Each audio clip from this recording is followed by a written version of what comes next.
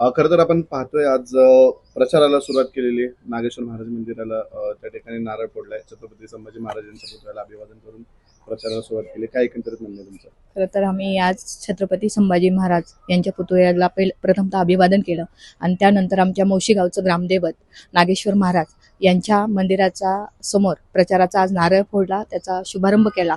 खरं तर प्रचार खूप दिवसापासून आमचा चालूच आहे, परंतु आज प्रचाराचा खऱ्या अर्थानं सर्व मतदारांना बरोबर घेऊन आज आम्ही नारळ फोडलेला आहे. एकंदरीत कशा पद्धतीचा प्रतिसाद मिळतो? आपण पाहतोय नागरिक मोठ्या संख्येने करत आहे. पक्षाचे कार्यकर्ते नव्हते, मात्र नागरिक तुमच्या सोबत आहे. खरं तर आज नागरिक एवढ्या उत्स्फूर्त प्रतिसादाने आमच्या बरोबर येत आहेत. खरं तर मतदार स्वतः म्हणतायत, ताई तुम्ही आम्हाला सांगा की प्रचार तुमचा कंटिन्यू चालू आहे, पण आम्ही कुठं अपेक्षित आहोत त्या ठिकाणी आम्ही पोहोचतो, अशा प्रकारच्या भावना. कारण इथून मागच्या 7-8 वर्षापासून लोक पाहतायत, आम्ही प्रत्येकाच्या सुखदुःखामध्ये जाऊन त्यांची अडीअडचणी समजून घेऊन प्रभागात काम करत आहोत.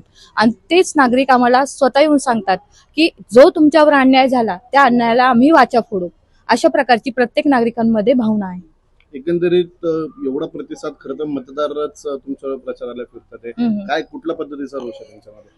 खरं तर सातत्याने जे प्रभागामध्ये प्रत्येक ज्या समस्येचं निदान लोकांना हवं होतं त्या समस्या जाणीवपूर्वक राहून जातात. आज डीपी रस्ते जे ओपन व्हायला हवे होते ते पण पाहताय तुम्ही झालेले नाहीत. हाही नागरिकांमध्ये रोष आहे. आज ट्रॅफिकची समस्या एवढी भेडसावते प्रत्येकालाच, प्राणी प्रश्न असेल, असे असंख्य प्रश्न नागरिकांसमोर आहेत.